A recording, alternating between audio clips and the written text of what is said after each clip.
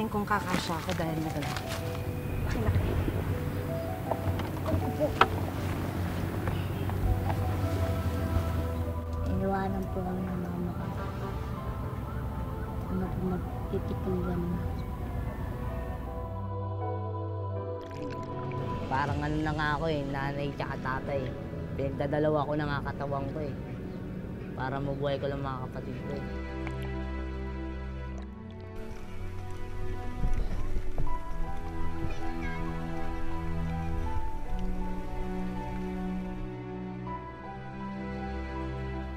Kilalang Manila Bay sa karamihan bilang isang pasyalan. Pero para sa ilan, itinuturing na nila itong tirahan. Sa loob ng 5 taon, ang mga maliliit na yungib o butas sa pagitan ng mga bato sa breakwater ang nagsisilbing tirahan ng pamilya ni na Joshua.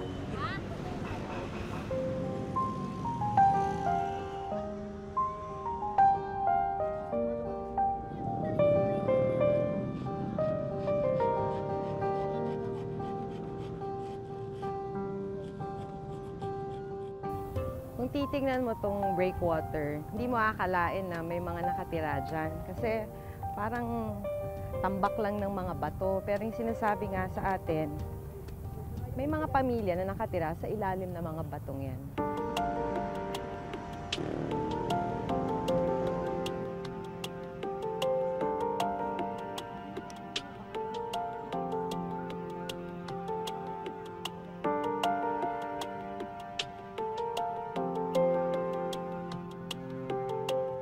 Kailangan nating makisakay ng bangka para makatawid tayo hanggang dun sa parang breakwater.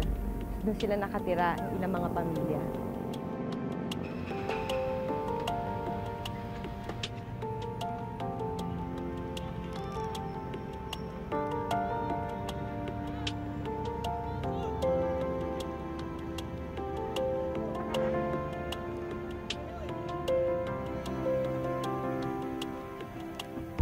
Magandang umaga.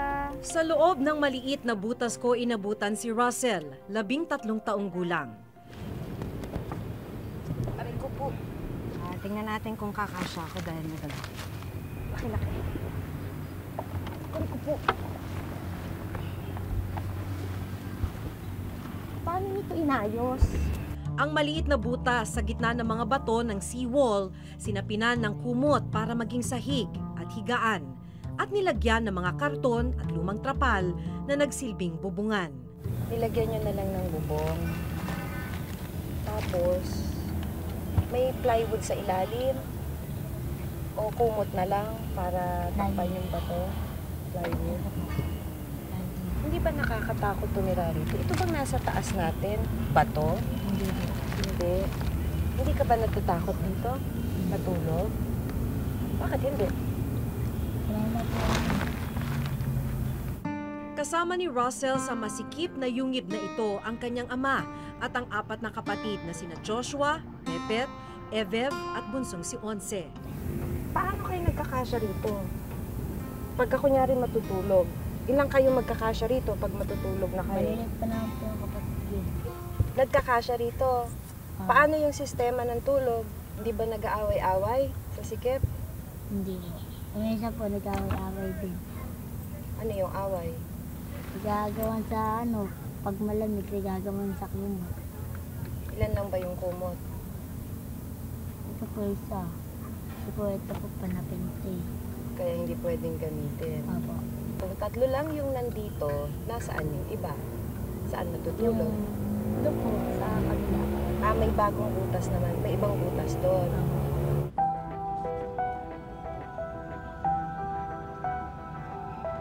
Kwento ng panganay na si Joshua, 15 taong gulang. Mas mahirap pa raw ang kanilang kalagayan tuwing may darating na bagyo o masamang panahon. Pag may natulog po, lumulusot yung ulo sa bato. Meron rin mga hindi na lumulutang. Mahirap rin matulog dito pag bagyo, malamig. Laging basa. Bumagyo nga dati, galit na galit nga ako sa nanay ko eh. Pinabayaan kasi yung mga kapatid ko, hindi man lang naisipan na pumunta dito sa amin eh. Hindi niya man lang naalala yung mga anak niya. Napadpad raw sila rito sa breakwater nang magkahiwalay ang kanilang mga magulang.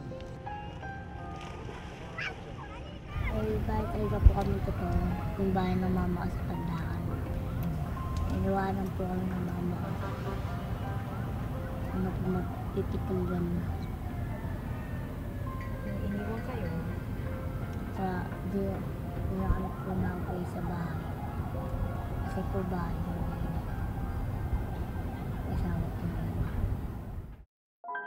Alauna na ng hapon nang maghanda si Joshua ng kanilang pananghalian. Ako na lang po nag-aasikaso kahit wala yung tatay ko. Yung nanay ko. Parang ano na nga ako nanay tsaka tatay. Pinagdadalawa ko na nga katawang ko Para mabuhay ko lang mga kapatid ko Wala rin kasi yung tatay ko minsan. Si nanay?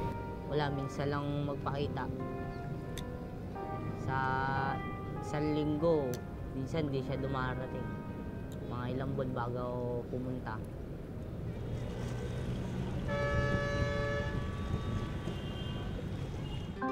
Ang nabili nilang isang pirasong manok ang pinagsalusaluhan ng magkakapatid.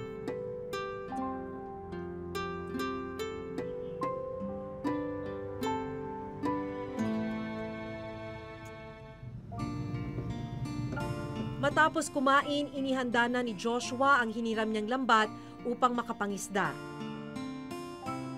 Kailangan niyang kumayod upang may makain sila mamayang gabi. Kung wala kang tiyaga dito, hindi ka mabubuhay. Kung hindi ka mangingisda, kung hindi ka magbabangka maghatid ng pasahero sa barko, mag-aabang ng mga baggage. Kung hindi ka mag-aabang, walang pagkakapera, hindi kayo makakakain. Ang ginagawa ko, lalambat na lang ako kahit konti-konti lang huli. Pag walang pera, sasama na lang ako sa bangka.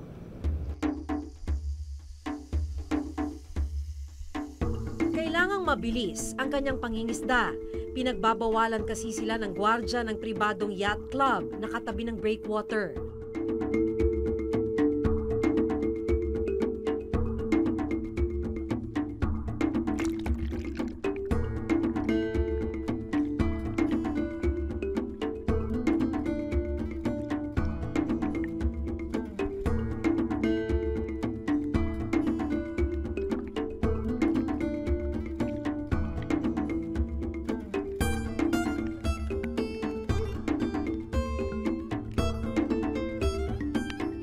Maswerte ng araw na yon si Joshua dahil marami-rami ang kanyang huli. Ikaw yung magbebenta? Hindi po. Kasamaan ko lang po. Para magkaroon rin sila ng pera. Magkano magbebenta yan? Meron na rin po ito mga mga 350. Ngayon lang po karami ganyan na huli po. Maghapon po ang 50. Ngayon marami-rami to. Yung kalahati po, mapupunta sa may-ari ng lambat. Tapos yung nagbenta, bibigyan ko rin. Bali mapupunta sa akin kalahati na lang.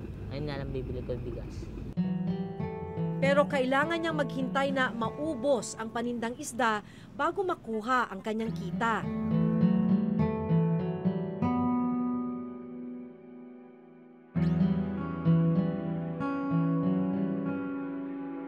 Upang makadagdag sa kita ng kanilang pamilya, tumutulong na rin sa pangangalakal sina Pepet at Evev. Nangangalakal kayo, saan kayo nakakarating? Dito lang. Pero dito lang, hindi kayo lumalayo. Dito kami sa mga basura nangangalkal. Mula nang maghiwalay ang mga magulang ni na Pepet, tumigil na rin sila sa pag-aaral.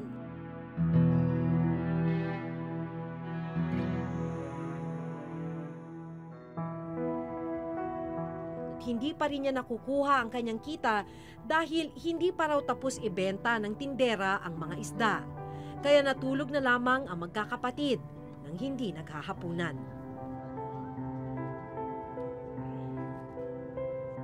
Sa isang araw, ilang beses lang kayo kumain?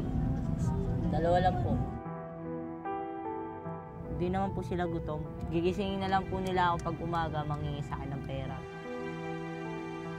Ang ugat ng mga problema ng mga maralitang lungsod, pangunahin yung kawalan o kakulangan sa trabaho at mga kabuhayan.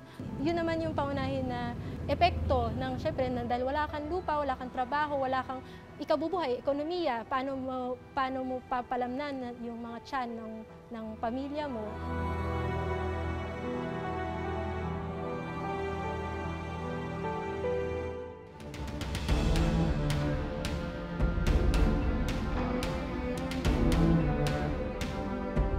Giniba po ng gwardiya dahil po inaabol kami sa loob.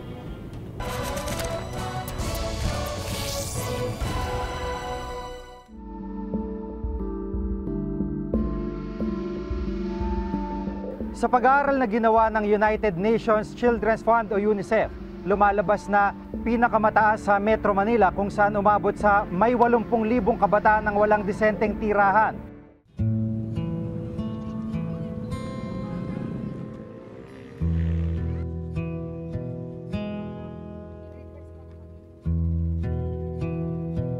Nang balikan namin sina Joshua nitong Martes, nabutan naming giba ng maliit nilang silungan sa breakwater. Giniba po ng gwardiya Bakit? dahil po inaabol kami sa loob. Dahil? Lalambat kami sa loob. Kasi ito yung pinag-initan.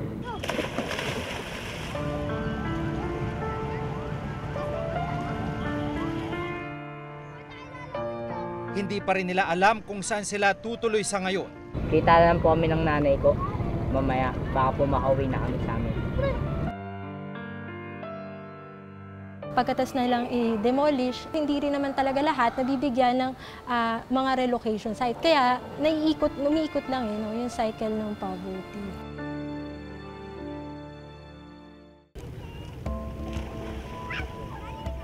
Ayon sa lokal na pamahalaan ng Maynila, gumagawa na sila ng paraan upang mailipat sa mga relocation site ang mga gaya ni na Joshua. City of Manila right now ay walang relocation site. Although ang mayor natin, si Mayor Joseph Ejercito Estrada, ay may plano na magpatayo ng mga medium-rise buildings para sa in-city relocation ng City of Manila.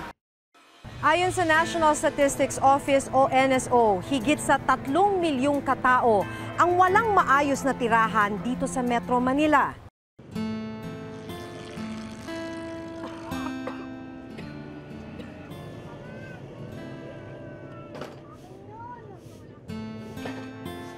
Dekada 90 nang mapadpad sa Maynila mula Cebu ang pamilya ni Aling Feli, 54 na taong gulang. Dito sa isang maliit na tunnel o sewage sa ilalim ng tulay sa barangay Lapu-Lapu sa Navotas namin siya nakilala.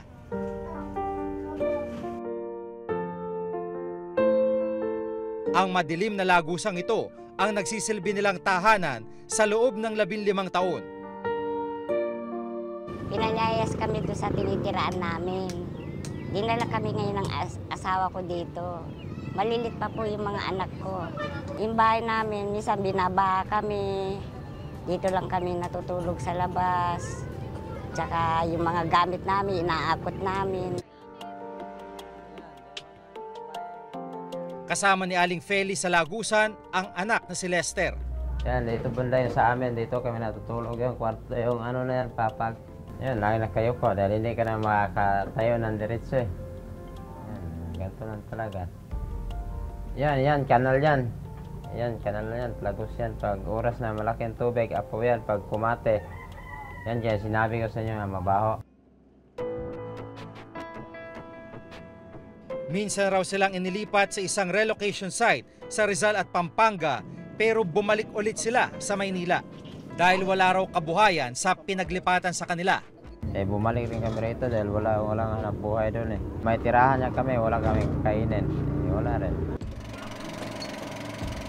Ayon sa Urban Poor Resource Center of the Philippines, internal migration o ang paglipat ng maraming tao patungo Maynila ang isa raw sa dahilan kung bakit nauwi ang ilan sa pagtira sa mga danger zones. Kung meron naman talagang trabaho at mabubuhay ng mabuti yung mga pamilya nila sa mga probinsya, hindi naman talaga sila magsisiksikan sa Maynila. Kaya talagang yung rural to urban migration, nagiging fenomeno na siya talaga, napakalaki ng bilang na pupunta dito.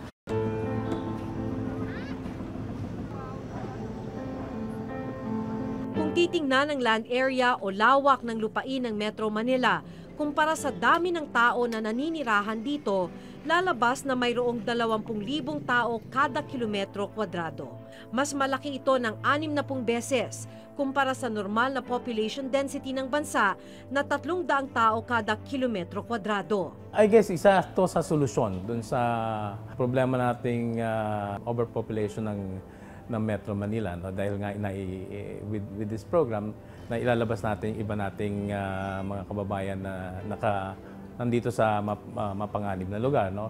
Ang view namin dyan is not only, we're not taking out people in Metro Manila, we're just expanding Metro Manila, kasi kung tutuusin mo 10 years from now yung mga nililipatan naming areas na to, I'm sure this will all be progressive areas na part na rin to ng Metro Manila, no?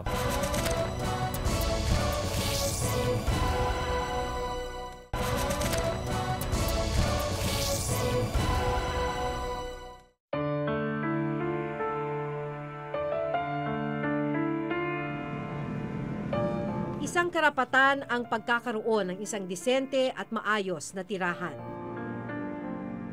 Ang patuloy at lumalaking problema sa kawalan ng tahanan dito sa bansa ay nag-uugat pa rin sa kahirapan at kawalan ng sapat na kabuhayan.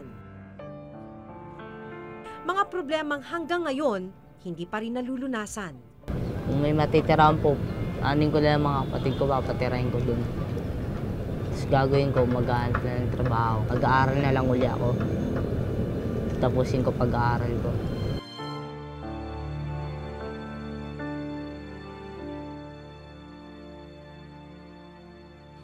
Ito ang mas malawak na paglalantad sa mga isyu ng bayan. Ako po si Maki Pulido. Hanggang sa susunod na Webes ng pagbabantay sa pamahalaan at lipunan, ako si Jiga Manikad at ito nakatala sa aming Reporter's Notebook.